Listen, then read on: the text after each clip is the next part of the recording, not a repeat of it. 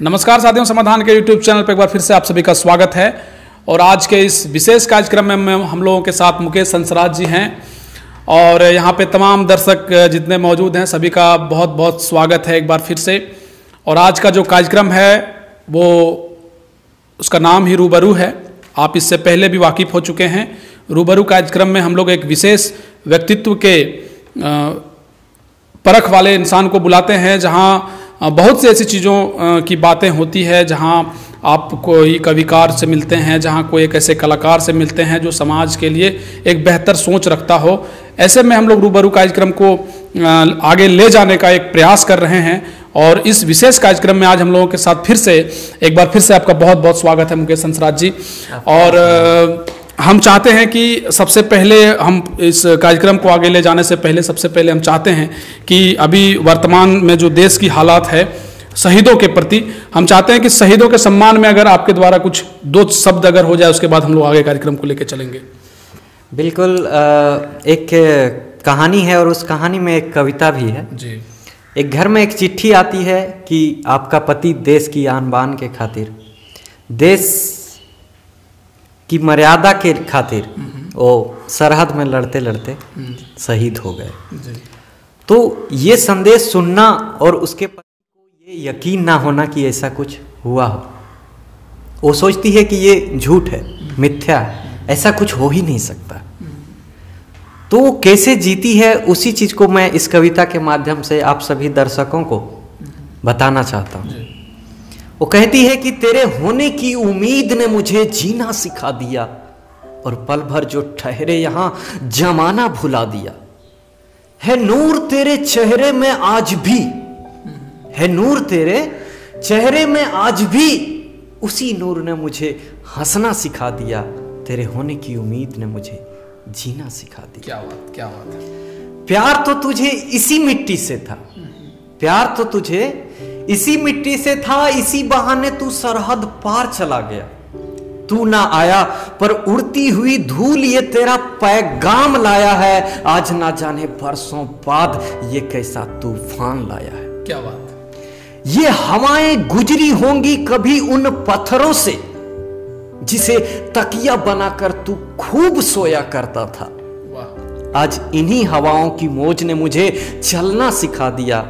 तेरे होने की उम्मीद ने मुझे जीना सिखा दिया। क्या मांगू मैं तुझसे, क्या मांगू मैं तुझसे, उम्र भर का गम जो साथ दिया, पर दरवाजा खुला छोड़ देता हूं तेरे इंतजार में। कमबख्त हवाओं की मौज इसे बंद करता और खोल देता।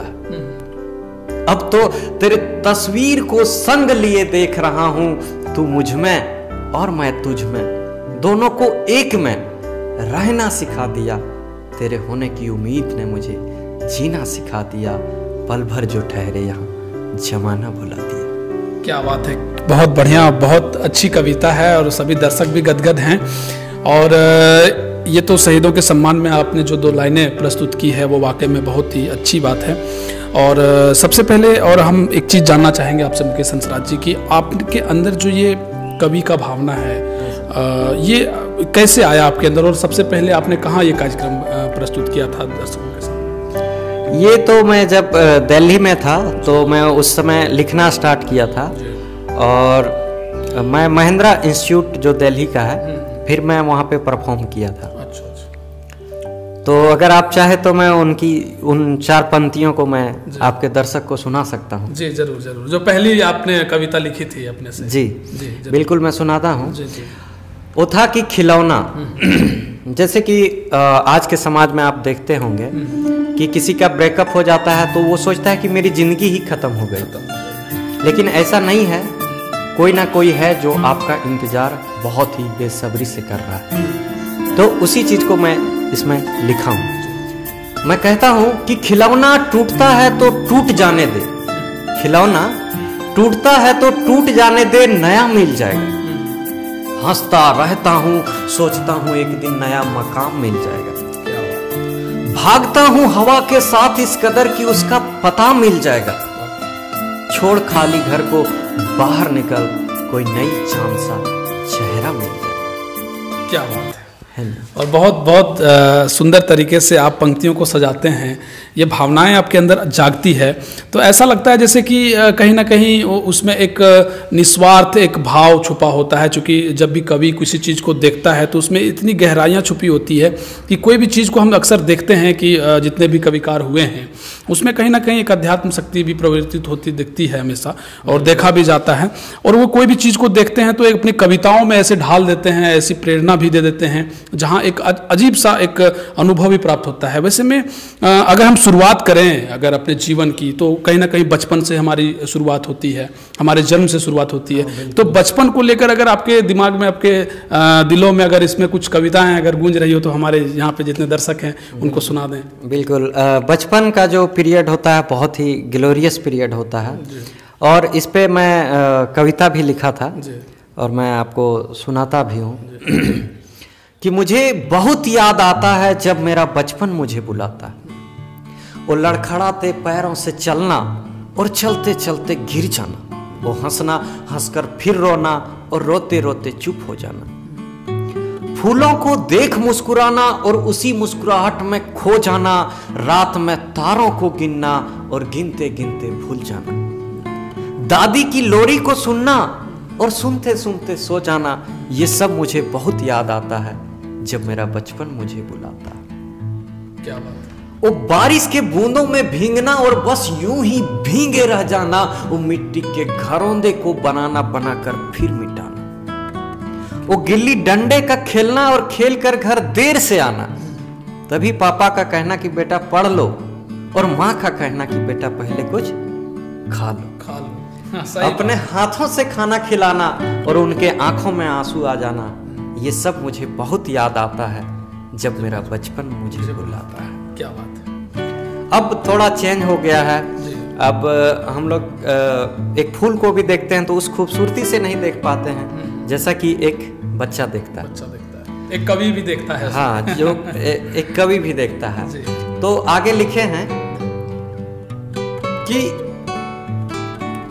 अब जब भी आईना देखता हूं, अब जब भी आईना देखता हूं, ये मुझे झूठ बताता है, मुझे तो दिखाता है पर मेरे बचपन को छुपाता है। अब ना जाने फूलों में वो रास ना रही और त्योहारों में कोई बात खास ना रही, और बचपन मेरे पास ना रही और दुनिया से अब कोई यास ना रही। क्या बात। ये शहर भी तब अनजान लगने लगता है जब मेरा बचपन मुझे बुलाता है। मुझे बहुत याद आता है जब मेरा बचपन मुझे बुलाता है। अब देखिए करियर की भी चिंता सताती है ना, और वो इसी को मैं आगे लिखा हूं कि किस ओर मेरी मंजिल किसी और जा रहा है और रोजगारी की चिंता हर रोज सता रहा है ना, युवाओं को लेकर। जी जी।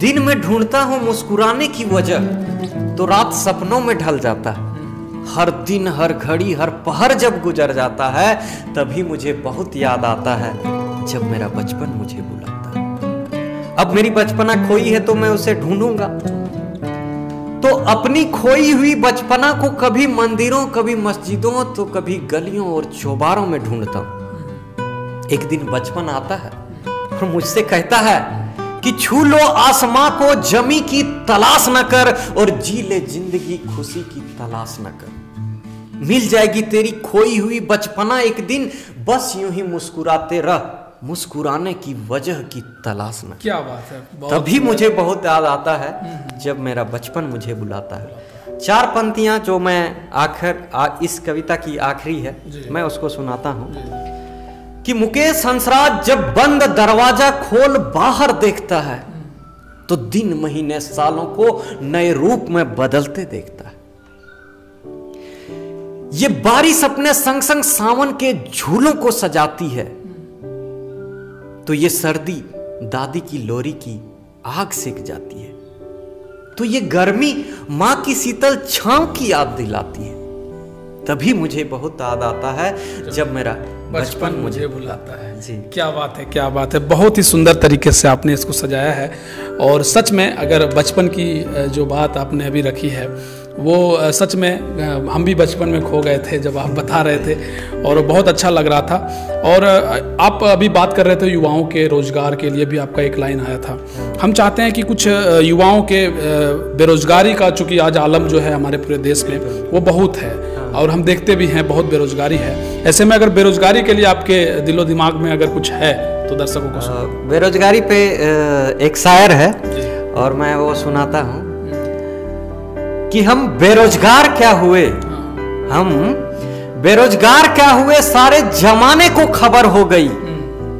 हम बेरोजगार क्या हुए, सारे जमाने को खबर हो गई। अपनों की तो खैर नहीं, अपनों की तो खैर नहीं और पड़ोसी की मौज हो गई। क्या बात है, क्या बात है, ये बहुत अच्छा है। और देखिए दर्शक भी काफ़ी खुश हैं, काफ़ी उत्साहित हैं और दर्शकों को भी बहुत आनंद आ रहा है। आप यहाँ पे मौजूद हैं, एक बार फिर से हम स्वागत आपका करना चाहेंगे और बहुत बहुत धन्यवाद भी देते हैं कि आप हमारे स्टूडियो में आए हैं। और अंतिम जाते जाते चूँकि समय का भी अभाव है और हम चाहेंगे कि चूँकि अभी जो बातें होती है, पूरा संसार कहीं ना कहीं बिना महिलाओं के आप कल्पना नहीं कर सकते हैं, चूँकि महिला देवी का रूप है। वैसे में हम चाहेंगे कि महिला सशक्तिकरण की बातें होती रहती है, चाहे सरकार हो, चाहे समाज हो, कोई भी संगठन हो, हमेशा सामने आती है और महिला सशक्तिकरण की बातें होती रहती है। ऐसे में हम चाहेंगे कि कुछ महिलाओं के लिए, महिला के सशक्तिकरण हेतु अगर किसी तरीके का आपके अंदर कुछ भावनाएं हैं कवि को लेकर तो आप 2 शब्द रखते हैं। हाँ बिल्कुल, मैं 4 पंक्तियाँ सुनाऊंगा। ये एक कविता है जो आप पिंक मूवी देखे होंगे। जी जी जरूर। तो उसी की कुछ लाइनें, हाँ काम किए हैं। हाँ बिल्कुल, उसी मूवी की कुछ लाइनें हैं जो आपके दर्शकों को मैं रखता हूँ कि तू खुद की खोज में निकल, खुद की खोज में निकल, तू किस लिए हताश है, तू चल तेरे वजूद की समय को भी तलाश है, समय को भी तलाश है। जो तुझसे लिपटी बेड़ियां समझना इसको वस्त्र तू, जो तुझसे लिपटी बेड़ियां समझना इसको वस्त्र तू, ये बेड़ियां पिघला के बना ले इसको शस्त्र तू। तू खुद की खोज में निकल, तू किस लिए हताश है, तू चल तेरे वजूद की समय को भी तलाश है, समय को भी तलाश है। उसके बाद आगे की 4 पंक्तियां सुनाता हूं मैं। चरित्र जब पवित्र है, चरित्र जब पवित्र है तो क्यों है ये दशा तेरी, ये पापियों का हक नहीं कि ले परीक्षा तेरी। तो खुद की खोज में निकल, तो किस लिए हताश है, तो चल तेरे वजूद की समय को भी तलाश है। चुनर उड़ा के ध्वज बना, चुनर उड़ा के ध्वज बना, गगन भी कपाएगा, अगर तेरी चुनर गिरी तो एक भूकंप आएगा, तो एक भूकंप आएगा। तो खुद की खोज में निकल, तो किस लिए हताश है, तो चल तेरे वजूद की समय को भी तलाश है। क्या बात है मुकेश जी, सच में अगर ये जो बातें हैं और ये पिंक मूवी से है जो लिया गया है, इससे पहले जो आपने बचपन की कविताएं सुनाई वो आपकी खुद की लिखी हुई कविताएं हैं। और अगर महिलाओं की सशक्तिकरण की बातें हो तो उसमें सच में ये लाइन बहुत सूटेबल है, उनके आत्मविश्वास के लिए, उनके समाज में आगे आने के लिए जो लाइनें हैं वो सच में बहुत कारगर है। और आपने बहुत अच्छे तरीके से हमारे दर्शकों का भी जो आनंद आपने दिया है उसके लिए आपका बहुत बहुत धन्यवाद। और हमारे स्टूडियो में आने के लिए एक बार फिर से आपको बहुत बहुत धन्यवाद मुकेश जी।